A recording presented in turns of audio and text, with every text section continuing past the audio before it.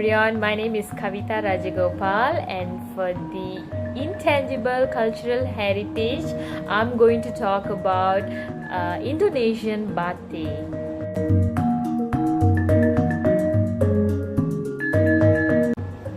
Okay, talking about the background of Indonesian batik, it was added to UNESCO Intangible Cultural Heritage of Humanity list in 2009 and has been internationally recognized as a historical fabric of human civilization. It has thought to be over 1,000 years old, with historical evidence pointing to its use in parts of Africa, Asia, and the Middle East. Although the actual origins of batik are unknown, it is believed to have been transported to Asia by way of Indian subcontinent. Batik is derived from an Indonesian Malay word which is now often used as a generic term referring to the process of dyeing fabric, and the process is traditionally performed on cotton and silk using a resist technique. This includes covering areas of cloth with a dye resistant substance in order to prevent color absorption. Those areas that are not covered are not able to absorb a deep hues, and thus the fabric is both durable and fade resistant. Other batik methods also exist, such as splash method, the screen printing process, the hand painting methods, and so on. Batik is considered to have reached the height of its artistic expression in Java during the 19th century, and it is recognizable motifs, patterns, and colors often designated for family, social status, and geographic origins. Traditional colors of Central Javanese batik were made from natural ingredients and consists of primarily of blue, brown, beige, and black color.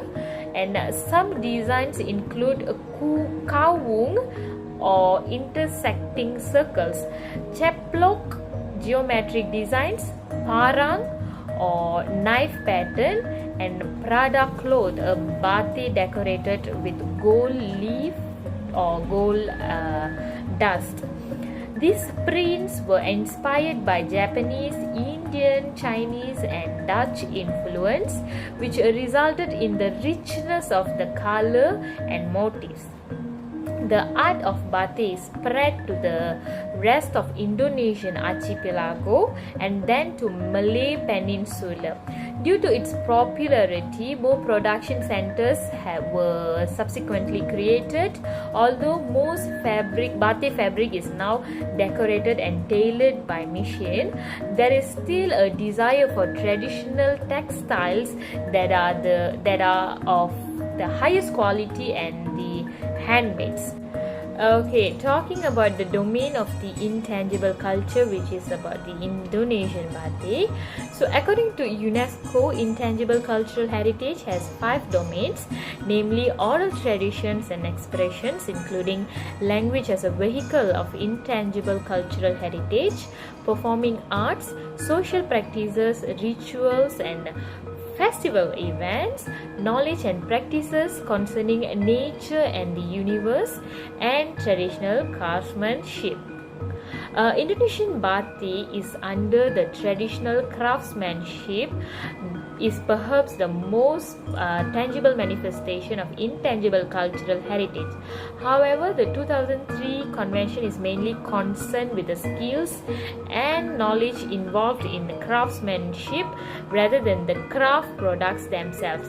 Rather than focusing on the preserving craft objects, safeguarding attempts that concentrate on encouraging artisans to continue to produce craft and to pass their skills and knowledge on to others, particularly within their own community, in order to preserve their culture and their heritage. Okay, next we are going to talk about the concepts that are connected to intangible heritage in this particular Indonesian batik. So the techniques, symbolisms and cultures surrounding hand-dyed cotton and silk garments known as Indonesian batik permeate the lives of Indonesians from beginning to end. Infants are carried in batik slings decorated with symbols designated to bring the child luck, and the dead are shrouded in funerary batik.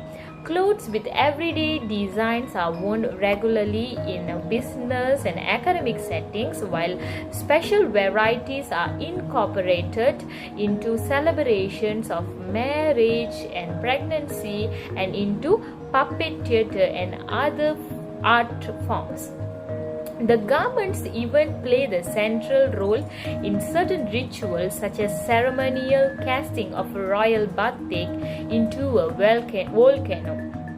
Batik is dyed by a proud craftspeople who draw designs on a fabric using dots and lines of hot wax which resist vegetable and other dyes, and therefore allows the artisan to color selectively by soaking the cloth in one color, removing the wax by boiling water, and repeating if multiple colors are desired.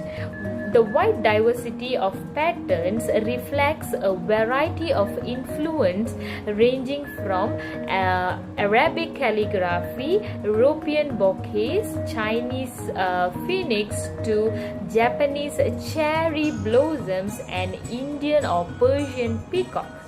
Often handed down within families for generations, the craft of batik is intertwined with the cultural identity of Indonesian people, and through the symbolic meanings of its colors and designs, it expresses their creativity and also spirituality. Okay, the last point of this video will be regarding the safeguarding of the Indonesian batik. It is mainly about the education and training program conducted in Indonesian batik intangible cultural heritage for elementary, junior, senior, polytechnic and also vocational school students in collaboration with the Batik Museum in Pekalongan.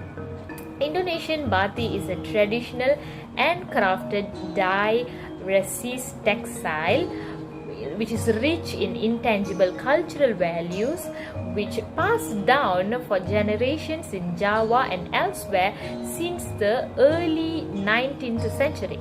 The batik community noted that the younger generation's interest in the batik was waning, and they felt the need to increase the efforts to transmit batik culture to guarantee its safeguarding. The main objective of the program is to increase the awareness and appreciation of the cultural heritage of Indonesian batik, including its history, cultural values and also traditional skills, especially among the younger generations.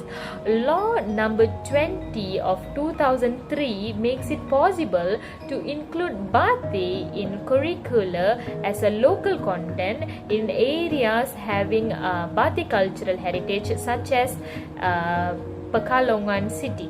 The Batik Museum initiated the program in 2005 and in close cooperation with the educational authorities in the city, and it continues to begin to expand to Pekalongan district and neighboring districts, which is Batang, Pemalang and Tegal districts. So in my opinion, the education and training program will be very effective because it efforts to safeguard the intangible cultural heritage by ensuring its transmission to next generation from the previous one, and it also ensures the respect for intangible cultural heritage by giving Indonesian Bath Day a respectful place as a local content within the curricula of various strata of formal education, beginning from the elementary, junior, senior, and vocational, and up to polytechnic educational institutions. And it also raises awareness of the importance of the intangible cultural heritage at local, national, and hopefully it will reach to international levels.